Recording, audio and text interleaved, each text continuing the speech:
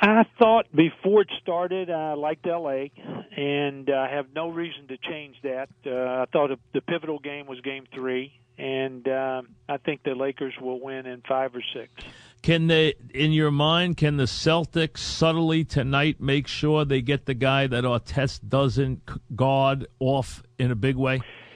That has been I think a real key, Mike, and I've heard you point it out, but I haven't read it a lot. In that Pierce, who has always been a big player in the biggest games, has been virtually unheard from in these first 3 games, and if that continues, then I think the Celtics are in real trouble. They brought Artest in to make sure he stopped them, and although Artest has had some miserable offensive games, he does his job defensively. They're a lot more physical team than they were the last time they played. Much more physical than they were, and his defense, maybe even going back to the round with Oklahoma City, where he did a great job against Durant. Yeah, he did. And making him take a lot more shots than he normally does to get his points has been, I think, very key. And even though he hasn't scored, they don't really need him to do that with the other weapons they have.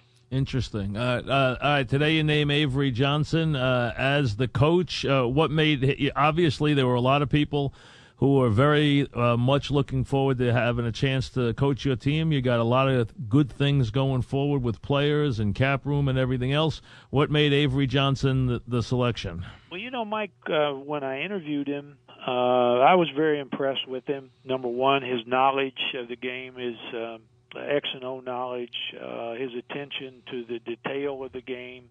If you look at his track record, it's virtually unparalleled with his winning percentage. Winning percentage is the highest of all time. It's just unbelievable. He was a winner as a player, an overachiever, I might add, as a player, but a guy who won the championship or was on a team that won the championship at San Antonio.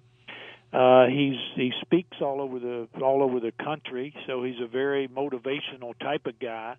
And he's an all-around solid citizen. So I just felt that for our team, and particularly a team that needs a lot of coaching, that he would be a perfect fit. And I shouldn't point it out, but if not for a Bennett Salvatore call, he has got a championship ring too. So so we'll leave that one alone, though. But was he your first choice? Well, Mike, I talked to, several people. I didn't talk to a whole lot. Was there anybody you really wanted but couldn't get that you don't have to tell us about, or was he really the guy you were targeting all along? Well, there were a couple guys, during the course of it who, were not interested in pursuing. Let me say that. Right. Just weren't interested in pursuing it for one reason or another. Right. But I'm very happy where we ended up. Okay, we're talking with Rod Thorn. Did Prokhorov play a big role in the naming of the coach, or did he have any input, or did he leave it totally to you? Something, Mike, he did. He left it totally to me. He did not have any input at it, with it at all. I kept him informed of, where we were during the process, who I was talking to, and and what I thought as we were going along through the process. But no, he never said, I like this guy or I like that guy. He left it up to me. Now, I would think with your hiring Avery Johnson, which you gave us a lot of reasons why you did, we're talking with Rod Thorn, one thing that people probably did notice, or I know is that Avery Johnson took an offensive-minded team and made them one of the better defensive teams the years he was there. They actually played defense, which is something Dallas very rarely did when he was there. Does that mean you want your team to be a defense-first team? Is that what you're looking for? Mike, you're making a very astute observation when you talk about that, because when he came in, and he and I talked about it, when he came in, and his goal was to make the Mavericks a better defensive team, which they became, and particularly when you look at the field goal percentage of the opposition after he took over, and to try to make them a tougher team. They were known as a very talented team, but right. Not a particularly tough team. And I think that both of those things he accomplished. Obviously, one of our big problems is that we were not a very good defensive team, and I think he'll really help, along those lines. Rod, since you is staff going to be critical, and will you look to add a guy who has real big man teaching skills, since you have a guy who is on the brink of stardom as a big man? Mike, I think staff is always critical, and particularly in today's NBA, where you must have skills teachers who can work with the young players and get them to be better. And as we have so many of them, I think is very critical. I think that Avery, Avery and I have talked briefly about staff. He has some ideas, regarding it. It is critical also that we, continue to work with our big people and continue to make, to get them better. And I'm sure that will be addressed with the new staff. Is there any possible way, Rod, that the number one pick will be? Some years it is Wall. I know how you feel, and I know what I think of the guy. But does everybody share the same feeling about John Wall, to the point that it would be crazy to think the number one pick would ever be up for trade in this year? Is it universally thought that he is that good?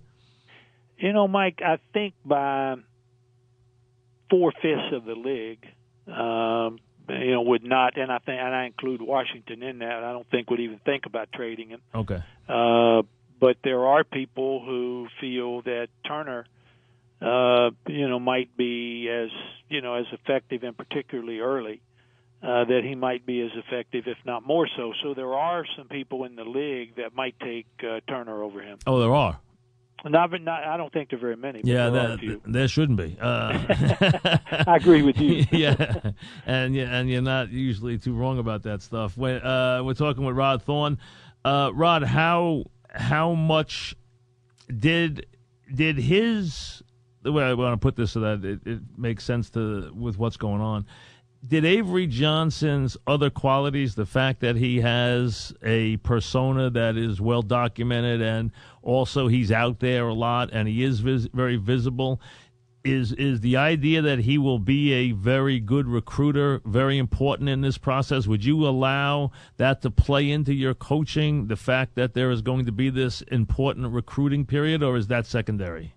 Mike, it's secondary, and it's secondary because I think that when you're discussing free agency, I think that players go places because of maybe it's a city, maybe it is other players they'd like to play with, maybe they see a chance for championship, or maybe they see a monetary gain wherever they're going. I think the coach certainly helps, but I don't think it's a critical part of it, although I can see in some instances it might hurt you. But in this case, hopefully Avery will be able to help us, that way. But it wasn't really part of the hiring process. And when you look at not just cap room, but if you look at cap room young talent picks, including you having the first pick of the second round, which is a very good pick, and everything, including the availabilities of sign and trades and everything that is out there, this could be an enormously active year for you. And I mean, there are so many different ways for you to go about this process in the next month. Mike, that's the fun part of it, I think, because there are a lot of ways. We are busy formulating our plans and determining, directions that we're going to go in. I'm sure it'll change 10 times in the next, 20 days. But because we have so many options, it does make it very exciting because we can go in a lot of different ways. No question. We're talking with Rod Thorn. Rod, has your mindset changed at all, just in terms if you think there's going to be a vast amount of movement, less movement as we get closer, as we put the season behind us now? Do you think the way you would have looked at it a month ago, do you look at it the same way today? Will it change in the next couple of weeks? Is it an ever-changing landscape, or do you think you have a feel on just how much movement there really will be?